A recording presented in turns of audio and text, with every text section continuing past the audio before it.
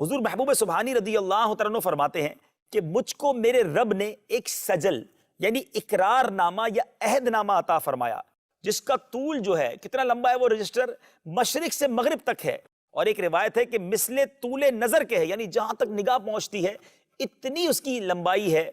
اس میں میرے سلسلے والوں کے نام لکھے ہیں اور لکھا ہے کہ یہ سب بخشے گئے۔ سبحان اللہ۔ ایک مرتبہ آپ نے مالک دوزخ، حضرت مالک جو ہیں وہ دوزخ کے داروغہ ہیں، ان سے پوچھا تمہارے یہاں کوئی شخص میرے سلسلے والوں میں سے بھی ہے؟ انہوں نے کہا جو کوئی آپ کے ساتھ نسبت رکھتا ہو اس کے رکھنے کا مجھ کو حکم ہی نہیں ہے۔ اللہ، یہ بات ہے نسبت والوں کی۔ حضرت غوث پاک فرماتے ہیں دوزخ کا داروغہ ہے جس کا نام ہے مالک، اس فرشتے کا نام۔ میں نے اس سے پوچھا کیا میرے مریدوں میرے دوستوں میں سے تیرے پاس کوئی ہے دوزخ میں؟ اس نے کہا مجھے اپنے پروردگار کی قسم کہ آپ کے مریدوں میں سے کوئی بھی نہیں ہے، کوئی بھی نہیں۔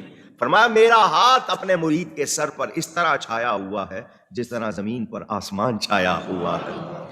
فرمایا مجھے اپنے رب کے عزت و جلال کی قسم میرا قدم اس وقت تک جنت کو نہیں اٹھے گا جب تک میں اپنے سارے مریدوں کو جنت میں داخل نہ کروا لوں۔ لجپالی دیکھیے، ایک دن غوث اعظم یہ جو داروغہ جہنم ہے نا، جہنم کے گیٹ کیپر، اس کے پاس چلے گئے تھے۔ فرمانے لگے مجھے یہ بتاؤ ابھی تک میرا مرید تو کوئی نہیں آیا دوزخ۔ لجپالی ہو تو ایسی ہو، جن کا ہاتھ پکڑا ہے ان کی فکر کہاں تک لے گئی۔ غوث اعظم نے فرمایا مجھے بتا، جو بھی مجرم جہنم میں جاتا ہے اس گیٹ سے گزر کے جاتا ہے، بتا داروغہ جہنم اب تک کوئی میرا مرید تو نہیں آیا؟ اس نے کہا حضرت اللہ کی عزت کی قسم اب تک تو کوئی نہیں آیا۔ فرمایا مجھے بھی اللہ کی عزت کی قسم قیامت تک آنے بھی نہیں دوں گا۔ اتنی رکت انگیز حدیث ہے وہ بخاری مسلم کی حدیث شفاعت، جس میں نبی علیہ السلام شفاعت کریں گے اور آپ اللہ تعالیٰ سے اجازت طلب کریں گے، اللہ تعالیٰ آپ کے لیے تعداد مقرر کرے گا۔ بخاری مسلم میں آتا ہے کہ جب میں آخری دفعہ جہنم کی طرف جاؤں گا اپنے امتیوں کو جہنم سے نکالنے کے لیے اللہ تعالیٰ کے اذن سے، تو داروغہ جہنم سیدنا مالک علیہ السلام کہیں گے کہ یا رسول اللہ اب آپ کا کوئی امتی بھی جہنم میں نہیں ہے سوائے اس شخص کے کہ جسے قرآن نے روک رکھا ہے، اور وہ کبھی بھی اب جنت میں نہیں جا سکے گا جسے قرآن نے روک لیا۔ یعنی قرآن نے اگر روک لیا کسی کو جنت میں جانے سے تو نبی علیہ السلام اس کی شفاعت نہیں کر سکتے۔ اور قرآن نے کسے روکا ہے؟ اِنَّهُ مَن يُشْرِكْ بِاللَّهِ فَقَدْ حَرَّمَ اللَّهُ عَلَيْهِ الْجَنَّةَ وَمَأْوَاهُ النَّارُ وَمَا لِلظَّالِمِينَ مِنْ أَنصَارٍ۔ بے شک جس نے اللہ کے ساتھ شرک کیا اللہ نے اس پہ جنت حرام کر دی ہے، اس کا ٹھکانہ جہنم ہے اور وہاں اس کا کوئی مددگار نہیں ہوگا، حتیٰ کہ سید الاولین والآخرین، شفیع المذنبین، رحمت للعالمین، خاتم النبیین، سیدنا و مولانا امام اعظم محمد رسول اللہ صلی اللہ علیہ وآلہ وسلم بھی اس کے کچھ کام نہیں آئیں گے۔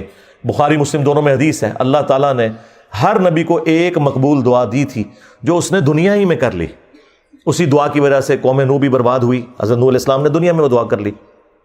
میں نے اپنی دعا سنبھال کے رکھی ہے قیامت کے دن کے لیے، اور میری اس دعا سے میرے ہر امتی کو نفع پہنچے گا سوائے اس شخص کے کہ جس نے دنیا میں کسی قسم کا شرک کیا ہوا۔ شرک is the most sensitive issue in the sight of اللہ۔ تو تمہارا تو کوئی عقیدہ کوئی دعویٰ قرآن میں لکھے نہیں، اس کے الٹ باتیں لکھی ہوئی ہیں۔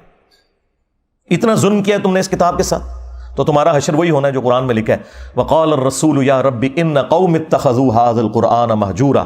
رسول اللہ قیامت کے دن شکایت کریں گے کہ اے اللہ میری امت نے قرآن کو پیٹھ کے پیچھے ڈال دیا تھا، ہمیں صرف شفاعت والا ورژن بتایا گیا جو حق ہے، لیکن جو شکایت لگنی ہے کہ قرآن کو پیٹھ کے پیچھے ڈال دیا تھا وہ نہیں ہمیں بتایا گیا، اور پریکٹیکلی ہمیں نظر آ رہا ہے کہ قرآن کو پیٹھ کے پیچھے ڈال دیا گیا۔ اور نبی صلی اللہ علیہ وآلہ وسلم کو اس چیز کا غم ہے کہ مجھے قیامت کے دن اپنی امت کے خلاف گواہی دینی پڑ جائے گی کیونکہ انہوں نے قرآن چھوڑ دیا۔ صحیح بخاری اور صحیح مسلم دونوں میں حدیث موجود ہے۔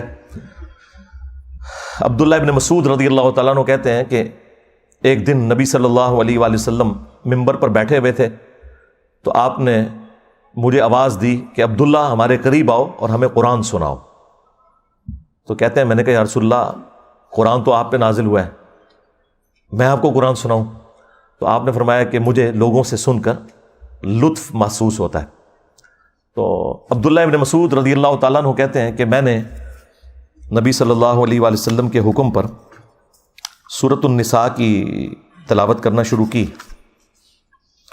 اور میں جب آیت نمبر 41 پہ پہنچا، آپ اندازہ کریں نبی صلی اللہ علیہ وآلہ وسلم نے آلموسٹ یہ 6 رکوع ہیں جو تلاوت سنی ہے. تو 41 نمبر آیت پہ جب میں پہنچا، فَكَيْفَ إِذَا جِئْنَا مِن كُلِّ أُمَّةٍ بِشَهِيدٍ، تو وہ کیا وقت ہوگا کہ جب ہم ہر امت میں سے ایک گواہ کو یعنی وقت کے پیغمبر کو اٹھائیں گے. کس لیے؟ تاکہ وہ اہل ایمان کے حق میں گواہی دے اور جو ان کے مخالفین تھے ان کے خلاف گواہی دے. وَجِئْنَا بِكَ عَلَىٰ هَٰؤُلَاءِ شَهِيدًا، اور اے نبی ہم تمہیں گواہ اٹھائیں گے ان کے اوپر، ان مشرکین عرب کے اوپر جنہوں نے آپ کی مخالفت کی، ان کے خلاف گواہی دینے کے لیے آپ کو جب اٹھائیں گے. یہ آیت سورہ النساء کی آیت نمبر 41 جب پڑھی حضرت عبداللہ ابن مسعود رضی اللہ تعالیٰ عنہ نے، تو بخاری مسلم کے الفاظ ہیں کہ نبی علیہ السلام نے کہا کہ عبداللہ بس کرو، عبداللہ بس کرو.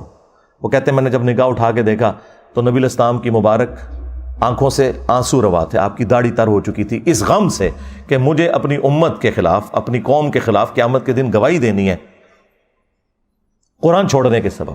وقال الرسول یا ربی ان قوم اتخذوا هذا القرآن مہجورا، اور رسول اللہ شکایت کریں گے کہ میری قوم نے قرآن کو پیٹھ کے پیچھے ڈال دیا تھا.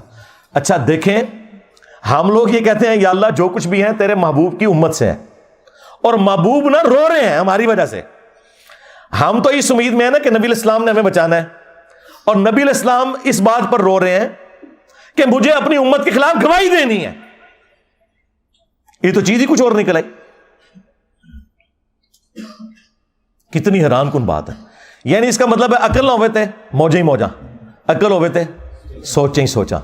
نبی علیہ السلام کو چونکہ پتا تھا کہ آخرت کا معاملہ کتنا سخت ہے، آپ تو رو رہے ہیں کہ یہ تو رگڑے جائیں گے، اللہ تعالیٰ نے جب اٹھانا ہے تو اللہ کا تو کوئی رشتہ دار نہیں ہے، اور مجھے اللہ نے جب گواہی کے لیے تو نبی علیہ السلام نے تو جھوٹ نہیں بولنا، بتا دینا ہے کہ امت نے کیا کیا ہے.